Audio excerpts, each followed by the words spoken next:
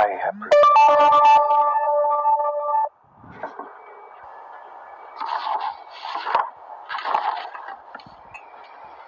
These don't really prove anything. I mean, for all I know, it could be a hoax.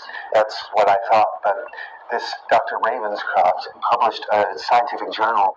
I'm going to have to get over to the college and talk to someone about Ravenscroft and his research. I mean, maybe he found something about this disease that I don't know about. Yeah, but I keep telling you, it's not a disease. It's like a... Curse? Yeah. Like I said, lady, you have a knack.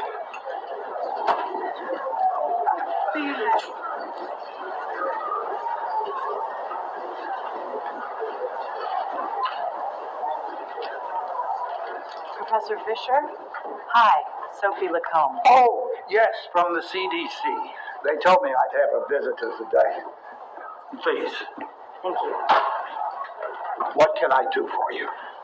Well, I'm looking for some information on Dr. Ravenscroft. Do you know where I might find him?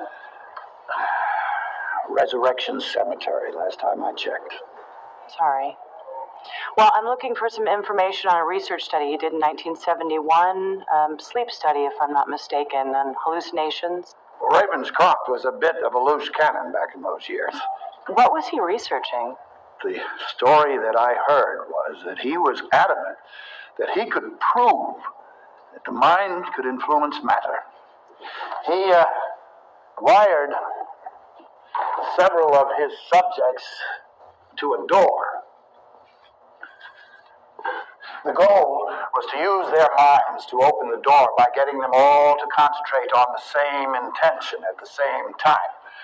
To do that, he had to get them to a very intense brainwave state, a state between wakefulness and sleep, a most intense signal.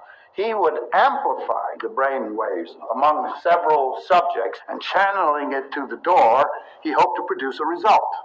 So, what happened? Well, he produced a result, but it was not the one he intended. All of the subjects died. Really? I'd guess it was either the equipment or the intensity of the testing procedure that disrupted the normal brain function.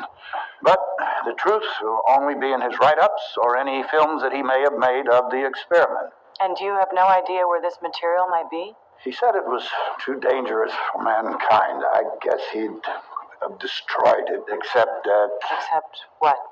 Well, you're a scientist. You know how difficult it would be to suppress your own findings. I mean, it's what we live for, right? He wasn't that good a scientist in terms of his methodology. In terms of his thinking, he was incredibly creative. With what we know now, we could look back at what he discovered and what he was working on and maybe make better sense of it than he was able to at the time.